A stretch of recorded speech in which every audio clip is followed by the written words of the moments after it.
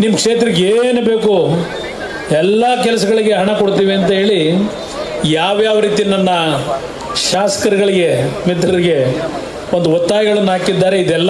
ಇದು ಒಂದು ಇತಿಹಾಸ. ಇದು 136 ಸ್ಥಾನಕ್ಕೆ ಗೆದ್ದ ನಂತರ ಜನತಾದಳವನ್ನು ಸರ್ವನಾಶ ಮಾಡ್ತೀವಿ ಅಂದರು. ಇವತ್ತಿಲ್ಲಿಗೆ ಬಂದಿದ್ದೇವೆ. ಈಗ ನನಗೆ 2018 ಇನ್ನೊಂದು ಹೇಳ್ತೀನಿ ನಿಮಗೆ, 2019 ಬಹುಶಃ ಅವತ್ತು ಏಪ್ರಿಲ್ ತಿಂಗಳಿರಬೇಕು, ಏಪ್ರಿಲ್ ಮಾರ್ಚ್ ತಿಂಗಳು. ಪ್ರಧಾನಮಂತ್ರಿಗಳನ್ನು ನಾನು 8ನೇ ಬಾರಿ ರಾಜ್ಯದ ಕೆಲವು ವಿಷಯಗಳಿಗೆ ಅವರಿಂದ ಒಪ್ಪಿಗೆ ಪಡಲಿಕ್ಕೆ ಹೋಗಿದ್ದೆ. 1.5 ಗಂಟೆ ನನಗೆ ಉಪದೇಶ ಮಾಡಿದ್ರು. ನೀನೇನು ಕಷ್ಟಪಡ್ತಾ ಇದ್ದೀಯ ಕರ್ನಾಟಕದಲ್ಲಿ, ನಿನ್ನ ಉತ್ತಮ ಅಂತ ಆಡಳಿತಕ್ಕೆ ನಿನಗೇನು ಬೆಲೆ ಇಲ್ಲ. ಅಲ್ಲಿ ಅಷ್ಟರೊಳಗೆ ನಮ್ಮ ರೈತರ 25,000 ಕೋಟಿ ಸಾಲ ಮನ್ನಾ ಮಾಡಿದ್ದೆ. ನೀನು ಮಾಡಿದಂಥ ಯಾವುದೇ ಒಳ್ಳೆಯ ಕೆಲಸಗಳಿಗೆ ನಿನಗಲ್ಲಿ ಏನೂ ಬೆಲೆ ಇಲ್ಲ. ಯಾತಕ್ಕೆ ಮಾತೆತ್ತಿರ ನಿಮ್ಮ ತಂದೆ ಹೆಸರನ್ನು ತರ್ತೀಯ?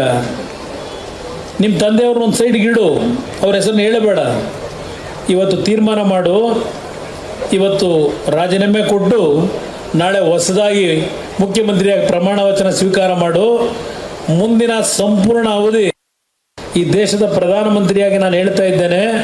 ನಿನ್ನ ಆಡಳಿತವನ್ನು ನಾನು ಹತ್ತಿರದಿಂದ ಗಮನಿಸಿದ್ದೇನೆ. ನಿನ್ನನ್ನು ಯಾರೂ ಮುಟ್ಲಿಕ್ಕೆ ಸಾಧ್ಯ ಆಗದೆ ಇರತಕ್ಕಂಥ ಶಕ್ತಿಯನ್ನು ನಾನಿವತ್ತು ನೀನು ಕೊಡಲಿಕ್ಕೆ ತಯಾರಾಗಿದ್ದೇನೆ.